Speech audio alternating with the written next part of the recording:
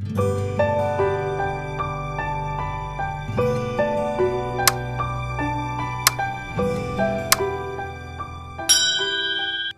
भैया।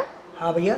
जैसा कि आपने बताया, सरकार को दिया जाने वाला टैक्स मजदूरों के अतिरिक्त मूल्य का एक हिस्सा होता है। हाँ तो क्या ये सही है? क्यों? क्योंकि सरकार तो उनके लिए मुफ्त के अस्पताल और स्कूल्स खुलवाती है, तो इसमें उनका ही लाभ है। तो यह तो नहीं कह सकते कि सरकार उनके श्रम का शोषण करती है। अच्छा सोचो कि मैं तुमसे 100 रुपये ले लूँ, बल्कि ले क्या लूँ, छीन लूँ, और बदले में तुम्हें 5 रुपये की मिठाई खिला दूँ, तो क्या ये सही बात है? गलत है ना।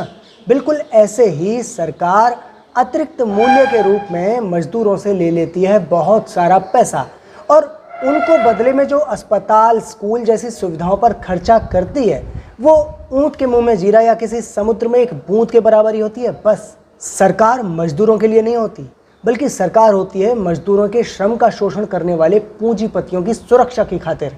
इसीलिए तो जब मजदूर वर्ग अपने जुल्म के खिलाफ आवाज़ उठाता है तो यही सरकार पुलिस पर, फौज पर, कोर्ट कचहरी पर बहुत सारा खर्चा करती है। और ये सारा खर्चा कहाँ से आता है? मजदूरों के अतिरिक्त श्रम से, उनके अतिरिक्त मूल्य से आता है। अच्छा सौरभ भैया, ये बात भी बताइए, ये जो कलाकार लोग होते हैं, खिलाड़ी लोग होते हैं, इनको सरकार इतने सारे पुरस्कार देती है, तो ये कौन सी कैटेगरी में आते हैं? पूंजीवादी सरकारें अक्सर कलाकारों को और साहित्यकारों को पाल पोस कर बड़ा करती हैं। सही मायने में यही शब्द इनके लिए बिल्कुल सही है, क्योंकि इन सारे लोगों का बहुत ज़्यादा असर पूरे समाज पर होता है। तो अगर सरकार की जैसी बातें हों, वैसी बातों का ये लोग प्रसार प्रचार करें, तो जनता बिल्कुल वैसे ही सोचना चालू कर देती है जैसे सरकार चाहती है। इसीलिए सरकार इस तरह के साहित्यकारों को, कलाकारों को पुरस्कार देती है और इनकी ज़बान में अपने विचार, अपना प्रचार डाल देती है। वैसे इन साहित्यकारों और इन कलाकारों को दिए जाने वाला जितना भी पैसा होता है, पुरस्कार की जितनी भी रकम होती है, वो सब भी मजदूरों के अतिरिक्त श्रम से ही आती है। अच्छा सौरभ भैया, ये बताइए, अतिरिक्त श्रम, अतिरिक्त मूल्य और अतिरिक्त उत्पाद में क्या फ़र्क है? अतिरिक्त श्रम, अतिरिक्त मूल्य और अतिरिक्त उत्पाद, ये सब एक ही चीज़ के 3 अलग अलग नाम हैं। कैसे? चलो बताता हूँ।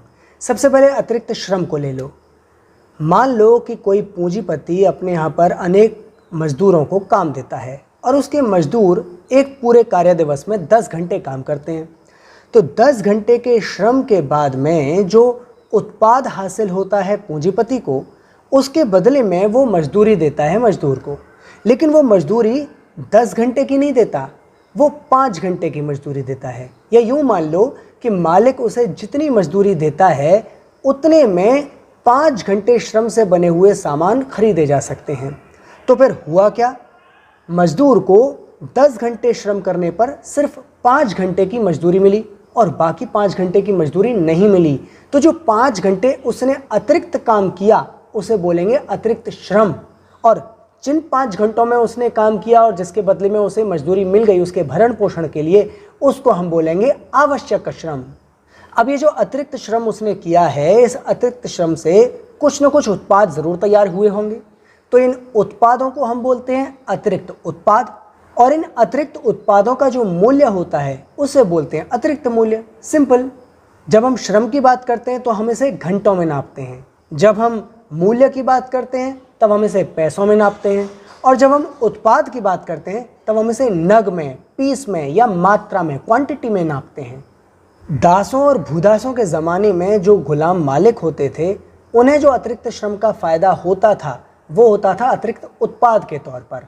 लेकिन अब जो पूंजीवादी व्यवस्था में जो पूंजीपति होते हैं, उन्हें ये जो अतिरिक्त श्रम मिलता है वो अतिरिक्त पैसे के, यानी अतिरिक्त मूल्य के रूप में मिलता है। यहाँ तुमसे मैं जब बात कर रहा हूँ तो मैंने एग्जाम्पल के तौर पर ये मान लिया है कि एक मजदूर जब काम करता है तो उसे उसके श्रम का आधा हिस्सा मजदूरी के तौर पर मिल जाता है। लेकिन ये असलियत नहीं है, क्योंकि असलियत में तो अब यूँ मान के चलो कि इस पूंजीवादी व्यवस्था में एक मजदूर के श्रम का लगभग 90 से 99% जो हिस्सा है उसे चुरा लिया जाता है अतिरिक्त मूल्य के तौर पर। क्यों? क्योंकि अगर ये सब नहीं चुराया जाता तो फौज पर, कोर्ट कचहरी पर, पुलिस पर जो खर्चा किया जा रहा है सरकार के द्वारा, वो पॉसिबल नहीं हो पाता।